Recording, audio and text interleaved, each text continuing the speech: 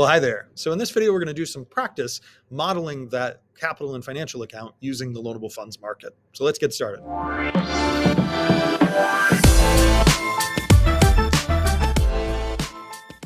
Okay, so the first part of this problem says the real interest rate in France is 5, real interest rate in Germany is 2.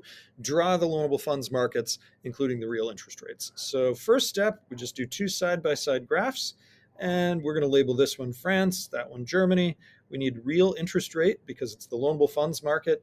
And first thing is to remember, draw that demand curve, and then wait for a second and reread it. France is 5, Germany's 2. So that means France is going to have a relatively high interest rate of 5. Germany's going to have a relatively low interest rate of 2. That's useful to just kind of remember to wait on that supply curve because you're going to have to re-equilibrate these. Everything else equal, held constant, show the impact of international capital flows on your graphs. So in other words, what happens? Well, eventually these German guys are like, oh man, 2% stinks. I want 5. And so what we see is a decrease in the supply of loanable funds in Germany, right? And the interest rate rises there until it actually equilibrates with the French interest rate. And so we would see the French interest rate would fall. It can be a little bit tricky to draw that. Just make sure we're connecting those dashed lines, even if it is a little bit of a wonky connection point. But we want to make sure that we're seeing that these two interest rates are now the same, right? That's what we really want to know. That's part of the grading with these kinds of questions. After the flows, which country has a higher rate of investment in capital than before? Well, what this is really saying is which country is going to see more investment spending? And we would say it's the country that saw lower real interest rates, because that country would actually have lower real interest rates and therefore more people would borrow to expand their firms. So we're going to say France. And as a result, France would also experience a faster economic growth because the increased capital, which was what we spent the money on, led to an increase in productivity.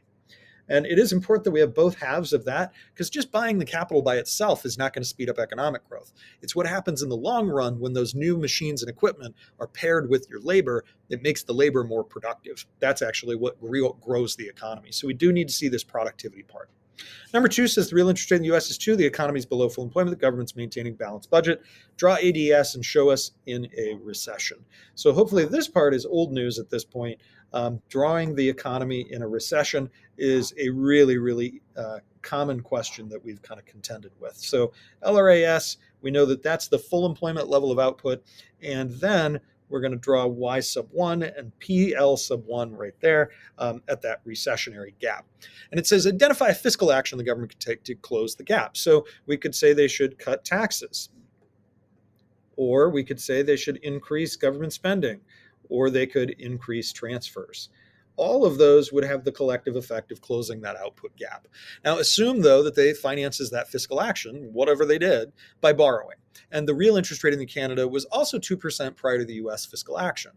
Based on your answer, right, and sorry, this kind of says in C, it should say in B, what will be the impact of that fiscal action on the supply of loanable funds in Canada? So this one's tough because it requires you to think about the impact of the government borrowing this cash. Well, as a result of the U.S. government borrowing, the interest rate in the U.S. is going to go up.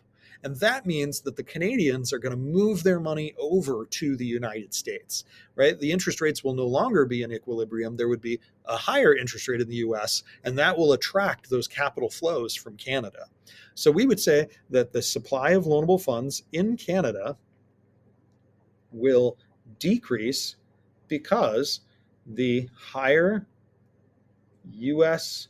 borrowing, I'm sorry, make sure that's on there, leads to increased interest rate in, whoops, that's not quite there.